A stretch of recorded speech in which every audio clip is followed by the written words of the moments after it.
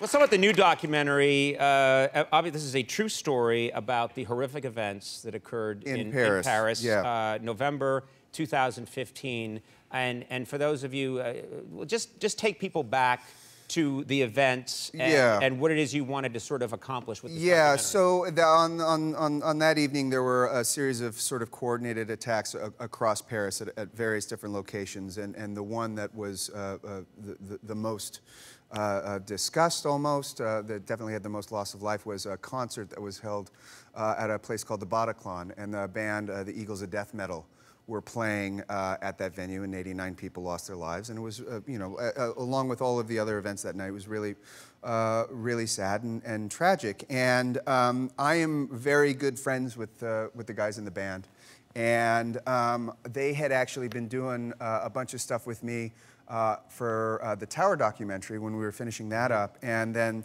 November happened, and a few months afterwards, luckily, the band was able to make it out of there. But they went back to Paris last February to finish their concert, to finish their show.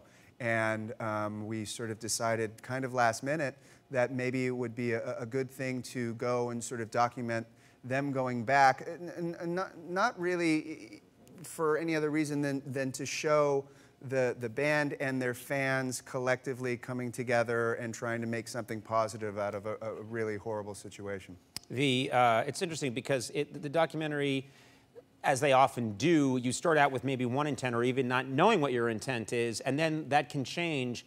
When a filmmaker makes a conventional film, they know what their story is. A documentary filmmaker has to find the story as they're going. What was the story you found? You obviously, that was your intention, but what did you find? Well, we knew that it was we knew we were gonna focus on the return concert. We knew we were obviously gonna talk about the events at the Bataclan, but we didn't really know how to start the film off. And knowing Jesse Hughes, the lead singer, and Joshua Homme, who are the two founding members, knowing them as well as I do, I sort of instinctually knew about their relationship. They've got one of the best relationships I've ever seen. I mean, they really are. In fact, there was someone who saw the movie last week, and they said that they feel they've watched the first love story of 2017 by seeing these two guys, because they really have a genuine, deep bond for each other and have always been there for each other. And it really started, normally when I start interviewing someone for a doc, I'll ask them questions just to get them comfortable on camera and get them talking. So I would just ask them, like, how'd you two meet? And they are two sharp-witted, very funny, very likable guys that have a deep bond.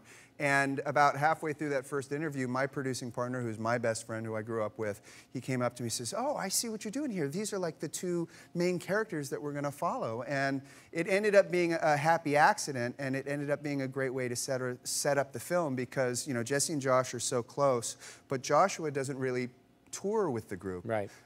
So he wasn't there the night of the attacks, and so you have these two best friends that are literally an ocean apart on the worst night of their lives, and it's about how one was able to be there for the other, and vice versa during this really difficult time. It's a really sweet, a loving film that I'm very proud of, and I'm just really honored that my friends were able to let me help them in any way I could.